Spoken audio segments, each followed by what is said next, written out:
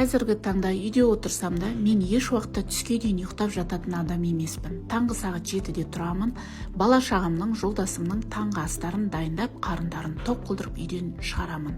Себебі таңғы асты үйден ішіп кетсе, үйге құт береке кіреді деген нәрсе бар. Сонымен қалған уақытты өзіме арнаймын.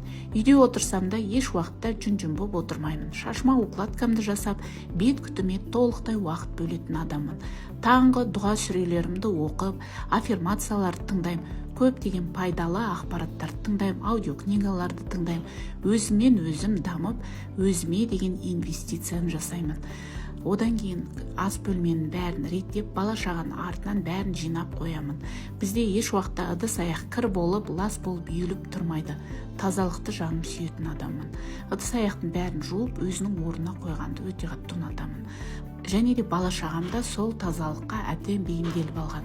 Еш уақытта ыдыс аяқты үйіп қоймайды. Өздерінің арттарынан уақыттар болып жатса, жинап, төсектерін де бәрін реттеп кетеді. Киімдері де қалай болса солай жерде шашылып жатпайды.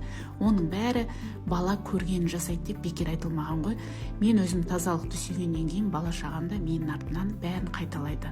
Сонымен не керек бар? Енді арғарай түскі тамағымды дайындап, Алла бұйырса, TikToктан прямой эфирға шығып, саудамды сатсам деп пландап отырмын.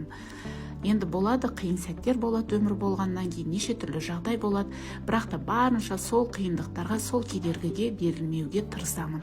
Өзімді дамытып, көптеген дұға сүрелерді тыңдағанды өте қатты ұнатамын. Сол кезде жан тыныштығы болады, жүрегім тазарады. Көптеген қазір қиын жағдайлар болып жатыр басында, бірақ та оның бәріне мойымаймын.